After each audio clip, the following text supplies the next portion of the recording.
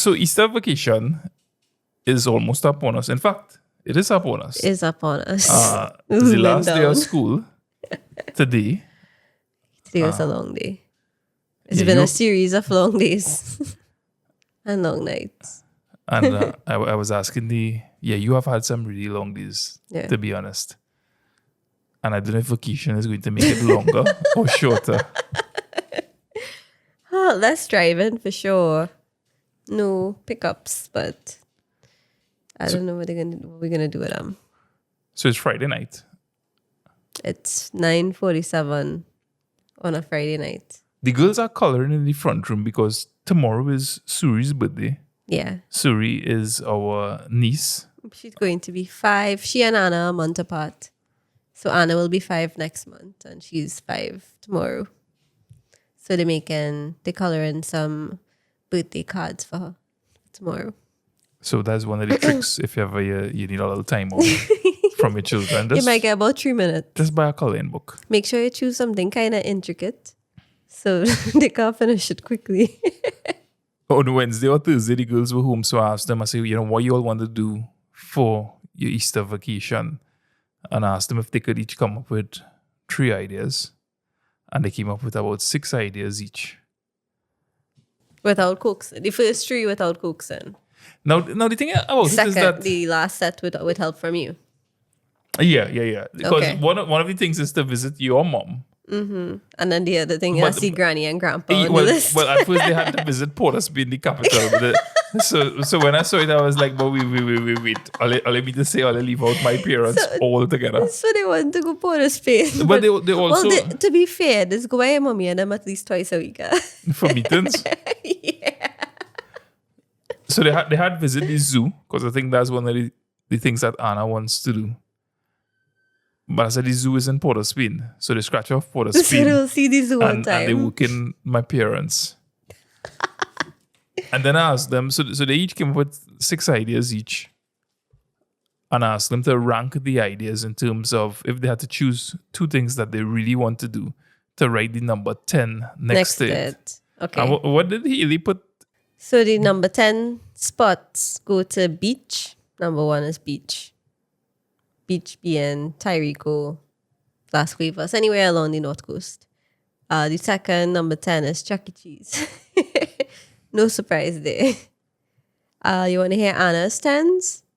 Yes. Gulf City Mall and the zoo. The zoo. Park by Miss Vidya is a 9. Yeah, I was surprised that ranked so high. I think it's because they had a nice time for the kite flying. Right.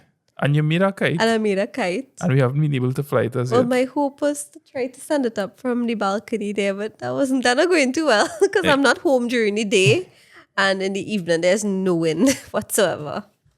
And the tail is about 16 feet long. Miss Vidya said you need a long tail. I remember getting away with a shorter tail when I was young. But I don't know, maybe global warming giving us less breeze or something. I would generally use for regular, a kite this size. I would probably use a tail about 6 feet long. But the tail I have on that is at least 10. At least 10 feet. Now you are a working parent. I'm a working parent as well. My work is remote. I go into the office. I do classes, teaching.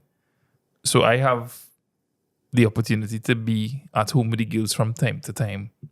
You have to go to work.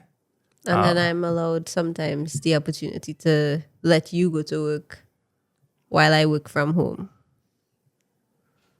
Do you feel like you miss out on some of the advantages as a working parent? Yes.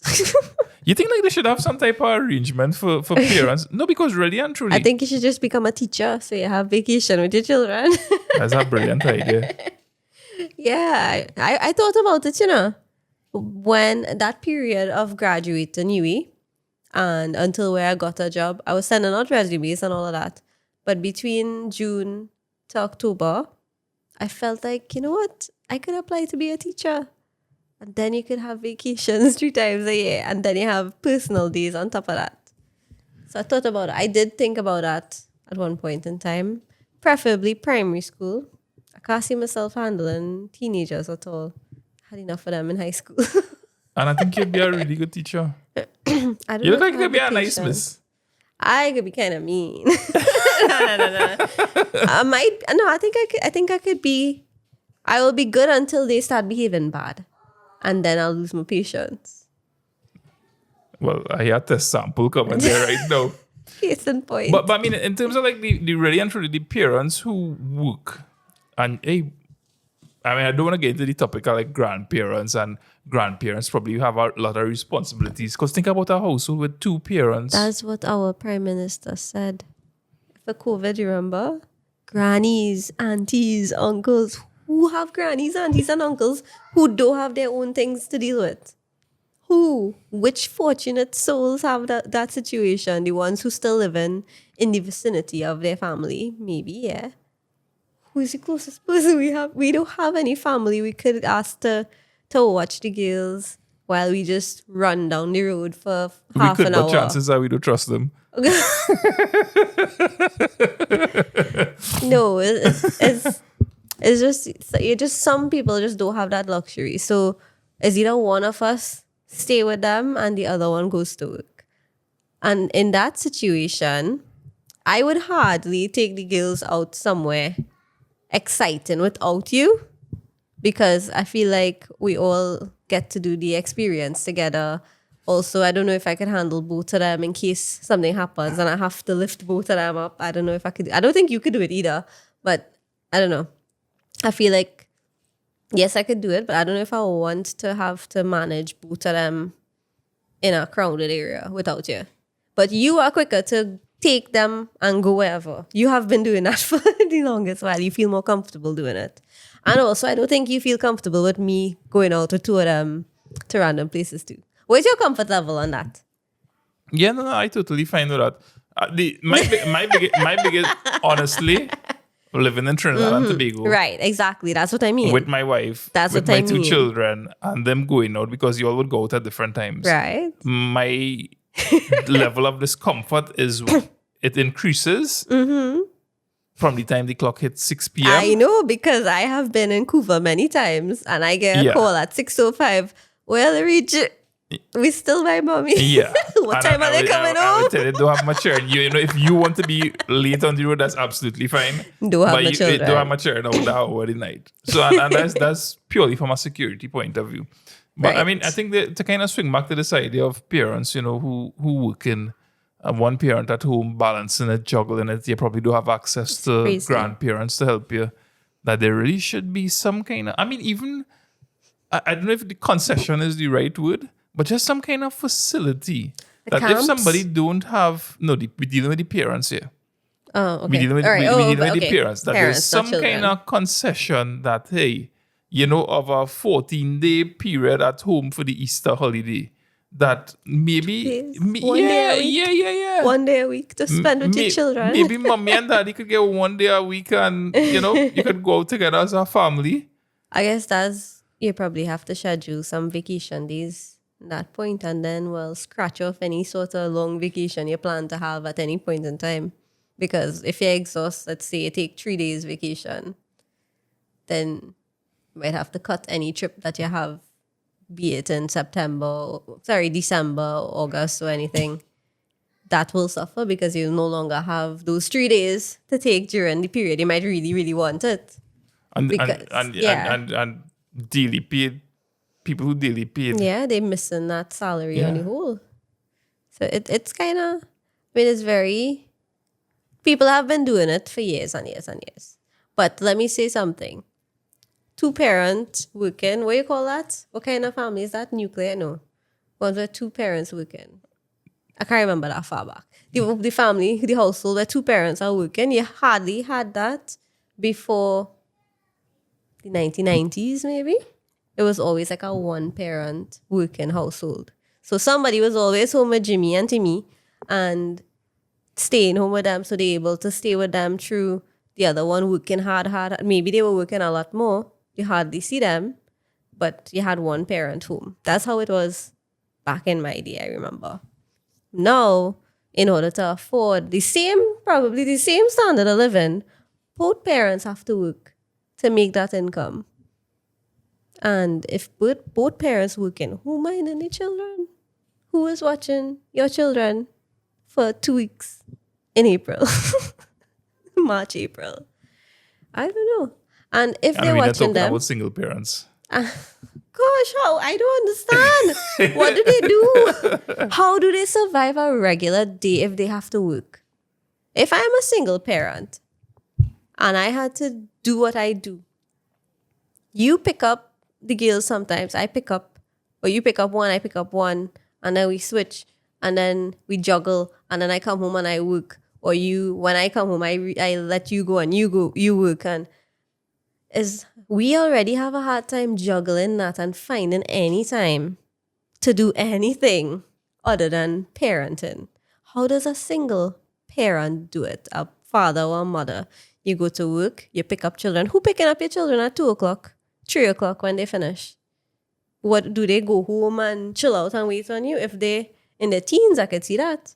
But if you have a child in primary school, who drop in Timmy home? And then if the parent have to go back And go back to work. I've and seen Timmy home alone playing with himself. Oh gosh. I've seen people bring children back if they're fortunate enough to have them close to where they work in. They bring them back to work and they have them in work until they go home. And some of these people, they have their children working close to work, but they live far from work and school.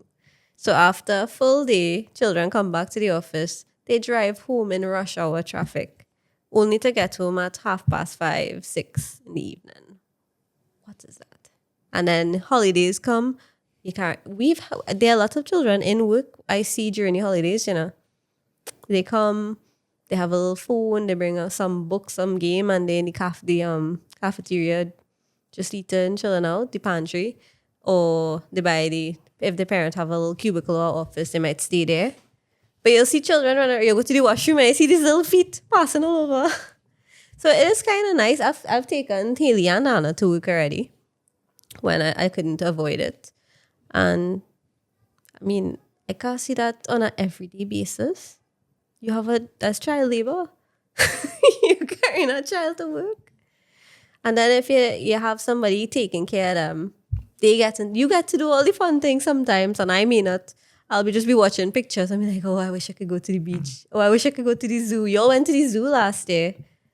I didn't get to go because I was working. Where else you went?